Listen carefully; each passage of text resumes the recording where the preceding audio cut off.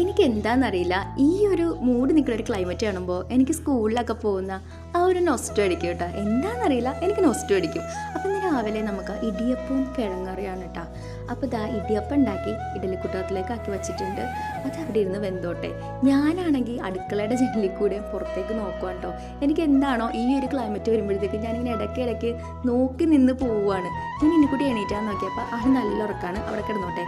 ആ ഗ്യാപ്പിൽ ഞാൻ ചായ കുടിക്കാൻ വന്നു. എനിക്കാണെങ്കിൽ ഇന്ന് ഒരു ജലദോഷമോ എന്തൊക്കെയോ വരാൻ പോകുന്ന പോലത്തെ ഒരു ഫീൽ ഉണ്ട് കേട്ടോ. അത് കഴിഞ്ഞ് ഞാൻ കുറച്ച് പാത്രം ഉണ്ടായിരുന്നു കഴുകാനായിട്ട് നിന്നിട്ടാ.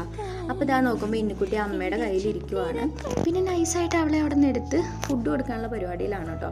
ആദ്യമേ കാണുമ്പോൾ ഒരു ഇൻട്രസ്റ്റ് മാത്രമേ ഉള്ളൂ. 2-3 വാ കഴിച്ച് കഴിയുമ്പോഴത്തേക്ക് ആൾക്ക് പിന്നെ അത് മടുക്കും. അവൾ തുപ്പിക്കളയാനായിട്ട് നോക്കും. പിന്നെ അതൊന്നും നോക്കിയിട്ട് കാര്യമല്ലോ, എങ്ങനെയെങ്കിലും കൊടുത്തല്ലേ പറ്റുള്ളൂ.